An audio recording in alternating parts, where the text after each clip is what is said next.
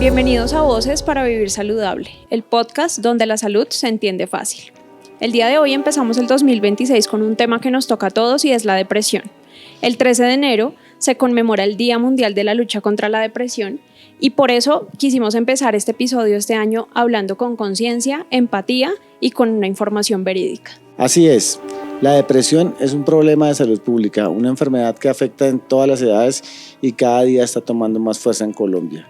¿Y quién mejor para ayudarnos a entenderla que el doctor Diego Vargas Chávez, jefe de Educación Médica de la Clínica Montserrat, presidente de la Junta Directiva de la Asociación Colombiana de Psiquiatría? Doctor, bienvenido. Fernando, muchas gracias por la invitación. Jessica, muchas gracias. Y pues dándole la bienvenida a todas las personas que en este momento están conectadas con nosotros. Yo creo que es un tema pues bien interesante, tanto por los mitos que existen alrededor de la enfermedad.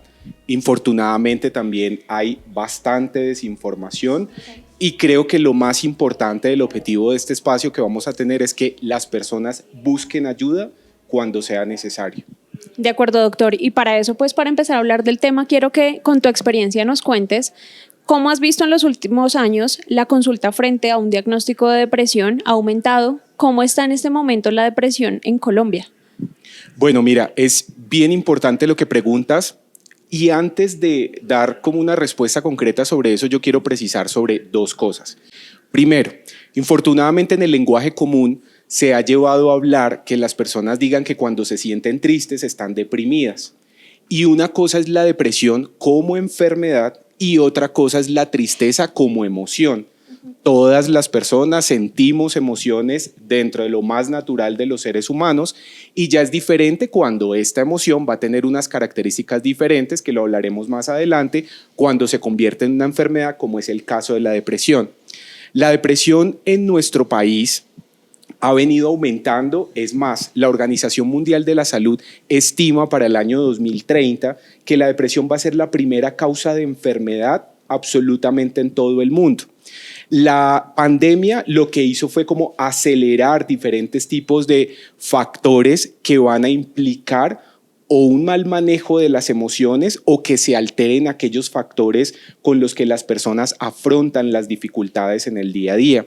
Vemos una serie de edades o de grupos etarios que vienen siendo como los más afectados, que son los dos extremos de la vida, cuando nosotros estamos hablando de los chicos entre los 10 y los 16 años y las personas mayores de 55 años.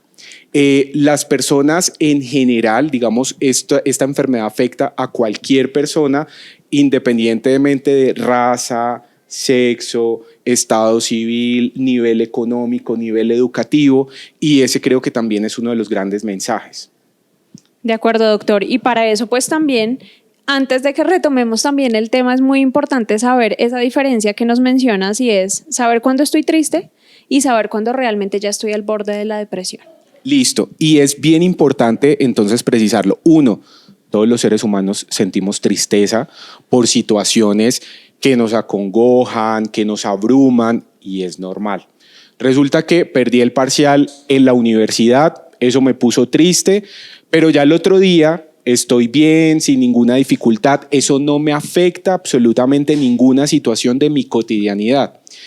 ¿Cuándo empieza a convertirse en una enfermedad? Cuando la tristeza empieza a presentarse la mayor parte del día, todos los días, durante al menos una o 2 semanas, durante al menos unas 2 semanas, que se empiece a afectar el sueño, la alimentación, que yo tenga constantemente pensamientos en los que yo me sienta mal, me sienta inferior, vea todo de una manera muy catastrófica, me sienta muy sensible, llore con facilidad o tenga unos cambios emocionales muy frecuentes. Y estos cambios emocionales además los menciono porque, por ejemplo, en el caso de los niños y los adolescentes y en el caso de los hombres, manifestamos este cambio emocional más con ira, con rabia, que como tal con una tristeza específica. Entonces esto es bien importante. Y lo otro, pues ya esto que se vuelva, digamos, como tan severo que la persona empiece a considerar que la vida no tiene ningún valor y que es preferiblemente morir a continuar pues en este trayecto. Y que todas las actividades o sus actividades empiecen a alterarse. Entonces, que ya no quiere ir a estudiar, que ya no quiera trabajar, que ya no se concentre de la misma manera. Ese momento, digamos, sumado con todas estas situaciones, ahí es donde es importante buscar ayuda profesional. Doctor, usted lo decía hace un rato, la pandemia efectivamente puso en el escenario todo el tema de la salud mental. ¿Cómo ha cambiado esa forma en la que ahora hablamos de salud mental? Nosotros en Voces para Vivir Saludable tratamos de llevar a toda nuestra población asegurada y a todo el mundo temas de interés en salud pública, pero ¿cómo ha cambiado esto? ¿Ya hemos desmitificado el tema de hablar de la salud mental? Claro, esto, digamos, tiene unos retos bien importantes. Si bien la pandemia nos puso en el reflejo en que es importante hablar de salud mental, en que es importante poder expresar nuestras emociones, buscar ayuda, pero todavía siguen existiendo bastantes mitos en torno a que, por ejemplo, ir al psicólogo o ir al psiquiatra es de locos o no está bien, que si, por ejemplo, yo digo en algún momento que algo me está afectando emocionalmente, en algunos entornos no está bien visto, o que infortunadamente se recurran a personas que pues no son profesionales y que ofrecen como alternativas milagrosas, pero que en realidad no están enfocadas dentro de esa ayuda profesional.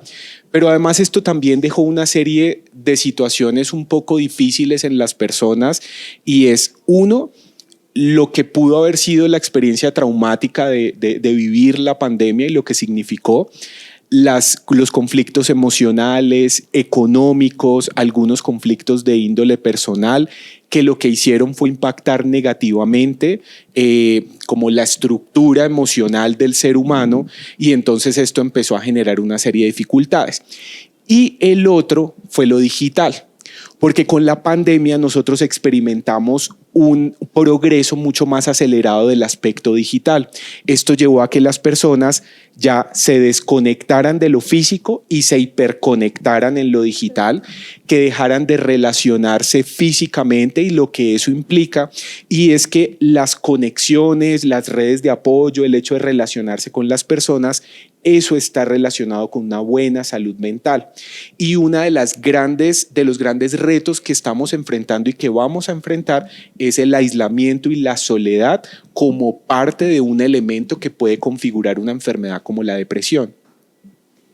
Tú bien lo decías, doctor, finalmente en ocasiones pecamos en buscar ayuda en personas que no son profesionales. Sí. Y a pesar que yo tenga todo el amor, la confianza, el apoyo para darle a esa persona que está pasando por ese curso de depresión, no soy tal vez la persona adecuada para decirle qué hacer. O finalmente lo que a mí me funcionó no le va a funcionar a otra persona. Es como un tratamiento médico finalmente. ¿Cuándo es el paso en el que tenemos sí o sí que tomar esa decisión? Debo buscar ayuda profesional. Listo. Entonces, cuando la persona empieza a darse cuenta que esos cambios emocionales, como lo decía hace un rato, empiezan a ser mucho más frecuentes, intensos, empiezan a afectar como esa cotidianidad de la persona. Ya la persona no puede estudiar bien, no puede trabajar bien, no se puede relacionar con las personas, está durmiendo mucho o definitivamente no puede dormir, está comiendo muy poco o está comiendo pues demasiado, y los pensamientos que empiezan a generar una serie de preocupaciones en torno a su estado o en torno en general a la vida. Ahí es importante llegar a un punto que así como, por ejemplo, ustedes con esta campaña de Vivo Saludable, nosotros en la Clínica Montserrat tenemos una campaña que se llama Sin Miedo a Hablar, y entonces allí es donde llega este punto. Debemos perderle el miedo a hablar y decir que necesitamos ayuda. Porque existen opciones, no es que no existan opciones, existen opciones de decir, bueno, es necesario ir al psicólogo o ir al psiquiatra, o pues esta vía de entrada por el médico general, y que yo pueda decir, bueno, en este momento necesito que me ayuden. Así como en algún momento yo me doy cuenta, uno sabe, y yo lo quiero poner en el ejemplo, uno sabe que un dolor de cabeza, cuando es de lo cotidiano y que quizás va a pasar y cuándo definitivamente empieza a convertirse en una situación problemática por la cual tengo que acudir. Esto es absolutamente lo mismo. Entonces, en esa situación, tanto que podamos decir, levantamos la mano, pedimos ayuda, sea diciéndole a alguna persona cercana que me acompañe a ir a consultar o ir directamente. Muchas gracias, doctor. O sea, definitivamente mucho de lo que nos está diciendo nos va a enseñar como padres, como amigos, como compañeros de trabajo a identificar situaciones en las que está atravesando una persona con una depresión. Pero ¿cómo podemos ayudar? O sea, yo puedo identificar, pero no tengo las herramientas para apoyar a esta persona u orientarla, porque a esta persona en su mismo hermetismo o aislamiento no se presta para hablar con sus familiares, y si me busca a mí, ¿cómo podría yo ayudarla? Bueno, en primer lugar, estar en una posición de no juzgar, en una posición en la que se intente comprender o escuchar lo que está pasando. Yo no tengo que ser profesional para tener como todas esas herramientas o todas esas palabras como correctas o perfectas que a veces creen las personas que tienen que tener para poder brindar esa ayuda. Pero por el contrario, lo que sí puedo hacer es, sé muy bien que en este momento no estás sintiéndote muy bien, posiblemente por la manera como te estás sintiendo no quieres hablar o no quieres decirme lo que estás sintiendo, pero yo sí te puedo ayudar a que busquemos ayuda. Te puedo ayudar a que si quieres vamos al médico, si quieres vamos al psicólogo, si quieres vamos directamente pues donde el psiquiatra para que nos orienten cómo hacer. Y esto de alguna manera también es como empezar a meternos ese chip de que esto es como cualquier otro síntoma que nosotros podemos llegar a sentir. Las personas ya tienen muy claro, por ejemplo, cuáles son esos síntomas cuando una persona está en riesgo de infartarse y se sabe que en ese momento llamo una ambulancia o lo llevo rápido al hospital o buscamos una cita médica, alguna situación de estas. Con esto es absolutamente lo mismo. Ese es el inconveniente que yo veo a veces en donde se intenta separar lo físico de lo emocional. Y no es absolutamente lo mismo. Hay algo en nuestro cuerpo que no está funcionando bien y ahí es donde se debe buscar ayuda. Pero yo creo que sobre todo en esta posición de comprensión, de escucha, de empatía y de respeto. Doctor, tú lo mencionabas al comienzo y desmitificar es muy importante. Para eso quiero hacer una pregunta que me parece clave y tal vez sirva mucho para esas personas que tal vez no han tomado esa decisión o han dado el primer paso a solicitar una consulta. ¿Qué nos vamos a enfrentar en esa consulta como paciente? ¿Cuáles son esas preguntas que posiblemente me hagas al poder, obviamente, yo mencionarte que me he sentido triste, que llevo así varias semanas? Cuéntanos un poco dentro de esa consulta de psiquiatría o con un profesional de salud mental a qué me voy a enfrentar para quitarnos tal vez ese mito o ese imaginario tedioso de que es una consulta en la que también me van a juzgar o me van a pasar por loco. Listo, perfecto. Quiero aquí mencionar una cosa pequeñita en relación a lo que me preguntabas ahorita porque me parece muy importante y es cuando a veces con una persona se nos acerca y nos dice que no se está sintiendo bien o que le gustaría consultar, a veces salen frases como eso se cura con voluntad o eso pasa solo o échele ganas y es importante que no es así, ¿sí? Así como si yo, por ejemplo, me caigo, sufro una herida en la pierna, empiezo a sangrar y tengo que consultar para que me ayuden a curar esa herida o darme el tratamiento que se necesite, lo mismo sucede con esta situación emocional. Entonces, regresando a la respuesta a tu pregunta, entonces llega la persona y le van a preguntar, bueno, ¿qué es lo que está sintiendo? ¿Desde hace cuánto lo estás sintiendo? ¿Qué es lo que estás pensando? Entonces, si está pensando situaciones en donde se siente inferior a los demás, siente mucha culpa, se está autorreprochando todo o está pensando en quererse morir, por ejemplo, pueden surgir estas situaciones. Le van a preguntar qué tal está durmiendo, qué tal está comiendo, si se siente mucho más acelerado de lo habitual o por el contrario, mucho más lento de lo habitual, tanto en su pensamiento como en la manera de hablar y de comportarse. Y además lo que está sucediendo en el entorno. si se ha afectado el trabajo, si se ha afectado el estudio, si se está afectando su relación de pareja, su relación con los padres. Y a partir de ese momento, pues ya surgen una serie de consideraciones en torno a qué se va a hacer para establecer un posible diagnóstico, una severidad y pues ya determinar qué tratamiento se requiere. Doctor, los adolescentes están atravesando por una influencia de depresión, o sea, cuadros de depresión mucho más recurrentes que lo que generaciones atrás veíamos. Pero también encontramos que hay cierta resistencia por parte de ellos a iniciar el tratamiento y a iniciar el manejo y a ser adherentes con el manejo. Esto es una recomendación que un experto de la Clínica Montserrat, un referente de la salud mental en Colombia, ¿qué nos puede dar para dar esa recomendación de por qué es tan importante iniciar el tratamiento y por qué es importante estar adherente al tratamiento? Bueno, esto es una situación que me parece importante mencionar además por lo que están pasando en este momento los adolescentes. Los adolescentes están pasando por unas situaciones difíciles que hay elementos del entorno que están favoreciendo eso, como por ejemplo, uno, los elementos digitales. Infortunadamente, en los medios digitales hay mucha desinformación y hay algunas personas que hasta llegan a recomendar que es mejor no consultar, algo que es bastante delicado.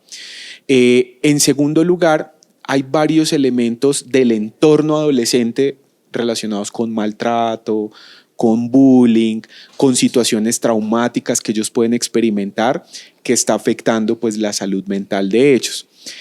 Y en ese momento, nosotros cuando nos acercamos a los adolescentes, es importante o intentar entender cómo piensan ellos, porque un adolescente piensa diferente a nosotros, o por lo menos decirle, mira, no, puede que no entienda en este momento muy bien lo que tú estás sintiendo, por lo que tú estás pasando, pero lo que yo sí veo es que tu día a día se está afectando y yo emocionalmente no te veo muy bien. Por lo tanto, es importante que podamos consultar, que podamos ver qué nos dice un psicólogo, qué nos dice un psiquiatra, qué nos dice el médico para poder ayudarte. Yo sí creo que los adolescentes en este momento son un poco más receptivos en ese sentido, pero es cómo se establece ese diálogo. Así como, por ejemplo, nos dicen, bueno, desde pediatría que la comunicación con los niños tiene que ser un poquito diferente en comparación a los adolescentes, entonces esa manera de cómo establecemos esa comunicación. Hace poco yo leía un tema en el Reino Unido, el 35% de los adolescentes le cuentan sus problemas a ChatGPT, herramientas de inteligencia artificial. ¿Cómo sacarlos de ahí? Porque definitivamente nada va a suplir una consulta por un profesional de la salud mental. Es una situación muy preocupante. Cuando hubo un estudio, no sé si nos refiramos al mismo o no, en el que mostró la evolución de cuáles son los motivos por los cuales las personas usan ChatGPT. Y del 2024 al 2025 pasó a ser el primer motivo de uso, la búsqueda de ayuda, pero además establecer una conversación cotidiana. Es decir, hablarle de cómo me fue, qué hice, qué opina si discutí con mi amiguito y qué opina de la discusión, si discutí con mi pareja y qué piensa si debo terminarle a mi pareja o no debo terminarle. Y empiezan a tenerse una serie de conversaciones que lo habitual, como sucedía antes, era que yo las tuviera con mi mamá, con mi amigo o con una persona pues, de la confianza desde lo presencial. E infortunadamente esto está llevando a esta situación que hace que además este contacto desde lo digital genere una serie de factores de riesgo para tener depresión, porque la persona además se aísla más y el contacto con lo digital lo genera. Entonces, una de las mejores formas de poder estimular ese proceso es hablar. Y el hablar, primero, pues desde la familia, que es desde donde debe empezar todo. Porque uno ve que, por ejemplo, se sientan a cenar o se sientan a almorzar o a desayunar y todos están con el celular. Entonces, ¿yo cómo le puedo decir a mi hijo que no esté en contacto todo el tiempo con el celular si yo sí lo estoy en los momentos en los que podemos compartir? El hecho de generar conversaciones incómodas de situaciones que de pronto nos gustaría hablar, pero hay que hablarlo. Así como en algún momento nuestros padres nos decían, mire, eso no está bien de la manera como lo está haciendo, o nos decían, mire, no es bueno que suceda tal situación, o solucione las cosas con su amiguito en el colegio de esta manera. Pero el hecho de generar esas conversaciones son importantes y la mejor forma de empezar como a distanciar un poco esa situación con lo digital es generando esas conversaciones. Por ejemplo, es más, hace poco salió una medida en Australia en la que para los celulares de los chicos, o mejor dicho, no los celulares, el acceso a las redes sociales para los menores de 16 años está totalmente prohibido. Por ejemplo, lo que pasó también en los países nórdicos, en los que prohibieron el uso de celulares y elementos digitales como las tablets y eso en los colegios. Tenemos que entrar en esas situaciones porque tenemos que favorecer lo físico y lo presencial entre los niños y los adolescentes. Totalmente de acuerdo. Y finalmente se convierte en un tema cultural también, ¿no? Porque como tú lo decías, si yo no doy el ejemplo, finalmente no voy a replicarlo en quienes vienen detrás mío viendo lo que yo hago. Doctor, es importante también mencionar en todo esto que dentro del plan de beneficios de salud contamos con el servicio para acceder a todo lo que tiene que ver con cuidado de la salud mental. Para esto es importante también mencionar, todos tenemos derecho a ella, entonces esto clave para que lo tengamos en cuenta. Y finalmente, cuando accedemos a esa consulta, es muy importante dar continuidad al tratamiento. Esta importancia de darle continuidad al tratamiento es porque a través de una experiencia del cuidado nos damos cuenta no solamente en una patología que afecta a mi salud física, que si cumplo un tratamiento, sea de antibióticos, sea de analgésicos, mi dolor se cura. ¿Por qué es tan importante darle continuidad al tratamiento que una vez yo acceda a la atención, ustedes nos envían? Bueno, mira, a mí me gusta mucho colocar ejemplos con otras patologías o con otras enfermedades porque así lo aterrizamos en relación a la importancia. Cuando en la consulta el médico nos dice que, por ejemplo, tenemos hipertensión o tenemos la tensión alta, nos dice, mire, esta pastilla usted se la tiene que tomar todos los días, porque si usted no toma esa pastilla todos los días, pues se le puede subir la tensión y entonces ahí puede tener una serie de complicaciones para su corazón o para la circulación a nivel cerebral y entonces tenemos que favorecer el tratamiento. Para las personas que tienen diabetes o que tienen el azúcar alto, lo mismo. Se tiene que aplicar la insulina o el medicamento que aplique, porque si se sube el azúcar o trae esta serie de inconvenientes, puede de pronto esto se complique y nos toque amputar un pie, se afectan los riñones, se afecta el corazón, se afecta el cerebro, etcétera, y viene una serie de complicaciones. Con esto es absolutamente lo mismo, es decir, se da un tratamiento que el tratamiento está enfocado tanto en lo farmacológico como en lo psicoterapéutico. No todas las personas requieren tratamiento farmacológico o en pastillas, medicamentos, pero sí, la mayoría o prácticamente todo el mundo, sí es importante que asista y que esté en una terapia. En cuanto a los medicamentos, ¿por qué es importante tener una adherencia?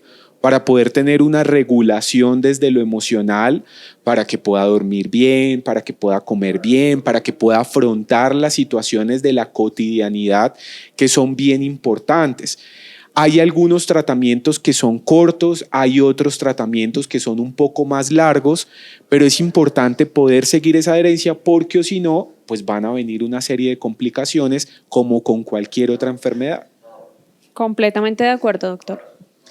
¿Pero los tratamientos siempre son farmacológicos o tenemos que utilizar terapias o existen algún otro tipo de tratamientos para la depresión? Sí, y esa además yo creo que también es una ventaja que tenemos actualmente. El tratamiento para la depresión está enfocado en 3 pilares. El primero son esas medidas de autocuidado y de hábitos de vida que me permiten estar mucho mejor. Dentro de esos elementos de autocuidado y de hábitos de vida saludables está 1, actividad física, 2, alimentación saludable, 3, conversaciones sanas y redes de apoyo que yo pueda tener y 4, esas actividades de autocuidado que yo puedo tener. Actividades de autocuidado ¿de qué manera? Escribir, pintar, dibujar, leer o un hobby de este estilo que me permita pues como que me alimente de una manera adecuada las emociones. El segundo está enfocado en lo terapéutico. Hay diferentes tipos de terapias, pero esta, digamos, terapia indicada para la persona va de acuerdo a las necesidades, de acuerdo a la sintomatología que tenga. Y tercero está lo farmacológico. Lo farmacológico no es para todos. Hay algunos casos de depresión que son un poco más leves o un poco moderados dentro de la intensidad de los síntomas y que a veces no requieren tratamiento farmacológico. Para las que son mucho más intensas y severas sí se requieren tratamiento, y hay diferentes tipos de opciones de antidepresivos o de medicamentos que pueden ayudar a que la persona se sienta mucho mejor. Yo una de las cosas que les digo mucho a mis pacientes es: todas las dudas que tenga acerca de los medicamentos, tráigalas a la consulta. Infortunadamente, pues lo mismo en ChatGPT o en cualquier tipo de otro buscador. Entonces, claro, salen un montón de efectos secundarios o de contraindicaciones como saldrían para cualquier medicamento, ¿sí? Pero infortunadamente es información que no está, digamos, como leída de la manera como se tiene que leer por medio de un profesional. Entonces, si yo tengo dudas acerca del medicamento o algo que pueda estar sintiendo después de tomar el medicamento, la consulta es el mejor espacio para eso. Y poder decir: yo no sé si eso esté relacionado con el medicamento, si no, si esto me lo generó el medicamento, si hay que hacer algún cambio, pero también generemos esta relación de confianza con el profesional. Usted mencionaba algo que me llamó poderosamente la atención, como la primera línea de tratamiento de la red de apoyo. Y ya hablamos que la depresión afecta a todas las edades. Y la red de apoyo, la comunicación constante. Hay papás que simplemente le entregan la tablet a su hijo, el celular, y no conversan con él. Al adulto mayor, que también tiene un alto índice de depresión, también es el adulto mayor que le dan la alimentación, lo cuidan, pero nadie habla con él. Nadie se sienta a tener una conversación con él. Muchas veces entre parejas no hay conversación. Entonces hay que fortalecer todos esos lazos, esa red de apoyo primaria que es la familia, ¿no? Y las redes de apoyo en todo sentido. Primero, de acuerdo, las redes familiares tienen que fortalecerse, las redes de apoyo. Y yo creo que ahí, antes de cualquier cosa, es importante hacer un ejercicio como de autoevaluarme y decir: yo cómo estoy siendo parte de esa red de apoyo de mi familia, qué tanto puedo estar ofreciendo o no, porque puede que haya algo que yo esté haciendo que de pronto no esté bien y que pueda modificarlo. Entonces, en primer lugar, generar esas conversaciones. A veces uno le pregunta cosas a los padres de los hijos y no tiene ni la menor idea, que sería importante que lo supieran. O al contrario, le pregunta uno cosas a los hijos de los padres y no tiene ni la menor idea. Entonces, primero, las redes desde lo familiar. 2, los amigos. Los amigos son esas personas que lo acompañan a uno en diferentes momentos de dificultades, no solamente los momentos felices, sino también de dificultades que lo pueden a uno ayudar y apaciguar situaciones difíciles del día a día. 3, en el trabajo. Es importante que nosotros como compañeros de trabajo seamos personas que favorezcamos ambientes saludables y conversaciones sanas. Y por último, las otras redes de apoyo que pueden llegar a tener las personas en actividades deportivas, actividades culturales u otro tipo de entornos que pueden ayudar a que uno se pueda sentir mejor. Yo estoy a favor de esas comunidades que se crean de running, de ir a montar bici, de pintar, de ir a coser. O sea, ya ahorita se crea un montón de comunidades que finalmente, aunque si no tenemos a alguien cercano familiar, porque muchas veces no existe la confianza infortunadamente, o no tengo un grupo de amigos porque me cambié de ciudad, estoy viviendo en otro lado, yo soy promotora número 1 de esas comunidades que se crean porque finalmente están promoviendo hábitos de vida saludable. Doctor, yo sé que esto es un literal tiro al aire, pero es una pregunta que me han hecho mucho porque he tenido personas muy cercanas con situaciones de estas tristezas que finalmente no trascienden a depresión, pero que finalmente preguntan es como ¿cuándo va a empezar a pasarme esto? ¿Cuándo voy a empezar a ver un resultado de mi terapia? ¿Cuándo voy a empezar a ver el resultado de los medicamentos que mi psiquiatra me envió? ¿Cuándo va a llegar ese momento en el que otra vez me voy a sentir bien? Mira, yo sé que a veces es difícil y es algo que yo lo hablo con mis pacientes, pero es un poco de tener paciencia porque los resultados no son inmediatos.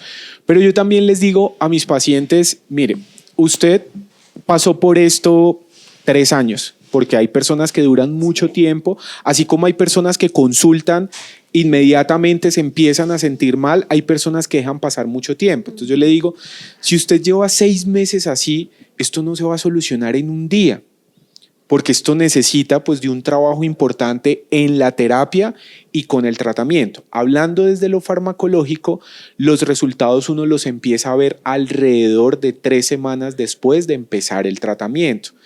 Pero por eso, digamos, pues mientras esto empieza a suceder con el medicamento, pues se va teniendo terapia, es importante empezar a modificar esos hábitos que quizás no me están aportando en una adecuada salud mental y que es importante empezar a implementar. Los beneficios, por ejemplo, con la actividad física son casi inmediatos, sea salir a correr, sea ir al gimnasio, sea nadar. Y en esto de la actividad física, que también yo lo hablo con mis pacientes, es encuentre esa actividad que considera que le podría gustar, más allá del que sea. Si quiere jugar fútbol, si quiere jugar básquet, si quiere salir a correr, si quiere nadar, si quiere saltar el lazo, si quiere bailar, pero que sean actividades que le gusten, que tengan un incentivo para esa persona y además le va a ayudar muchísimo a poder gestionar como esas emociones.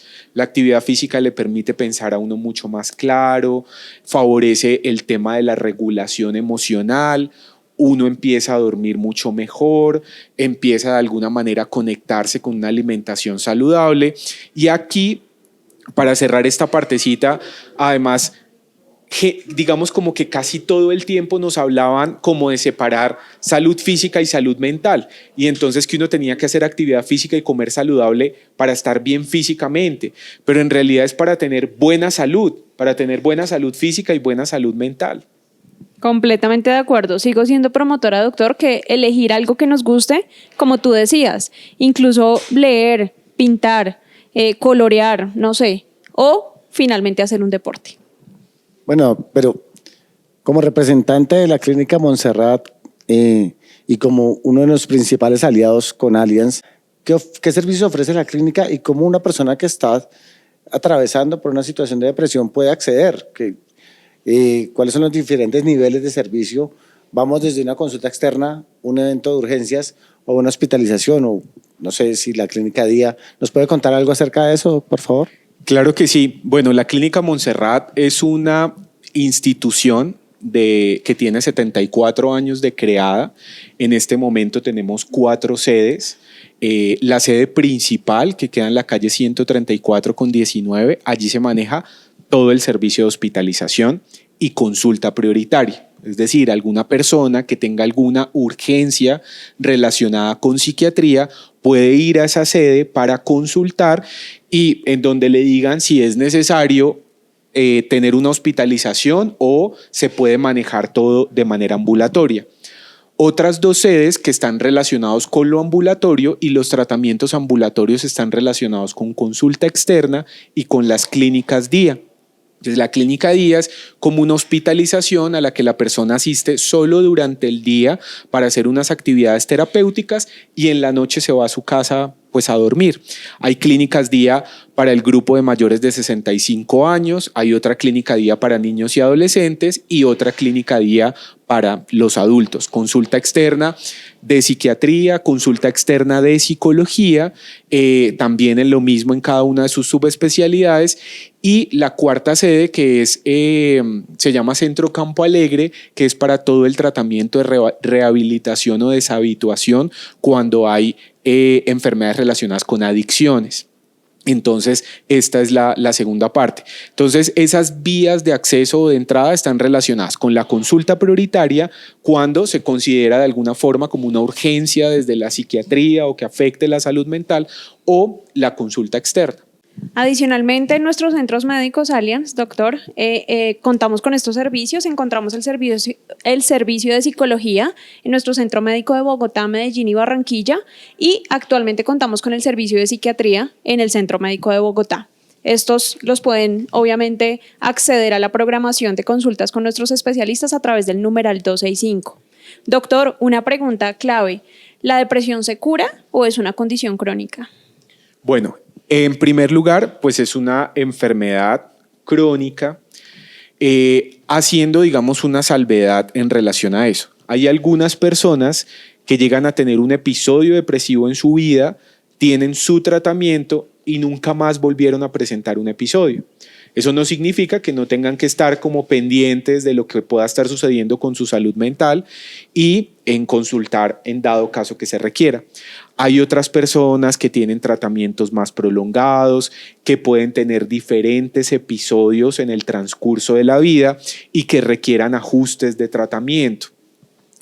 Yo sí creo que es importante, más allá de ver esta condición como qué tanto dura, es qué tanto yo puedo hacer en el día a día por cuidarme y por favorecer ese tratamiento, por reconocer cuando necesite ayuda y por saber cuando se requiera, no sé, algún ajuste de tratamiento o alguna situación de estas. Doctor, ya para cerrar, ya yendo cerrando, ¿cuál cree usted que es el mensaje? ¿Cuál le gustaría a usted que fuera el mensaje que se llevara a todas las personas que nos están viendo el día de hoy? Bueno, para cerrar con este mensaje, quiero cerrarlo con poder comentarles algo. Dentro de la Clínica Montserrat, nosotros generamos, digamos, unas imágenes que están relacionadas con las emociones, que además son unos pines que les voy a regalar en este momento. Muchas gracias, doctor. Y porque a veces las personas consideran que las emociones hay algunas malas y hay algunas buenas. Entonces, dentro de las buenas está la alegría y dentro de las malas está la ira que está ahí, está la tristeza y está la ansiedad. Y pues todas las emociones hacen parte de nuestro día a día.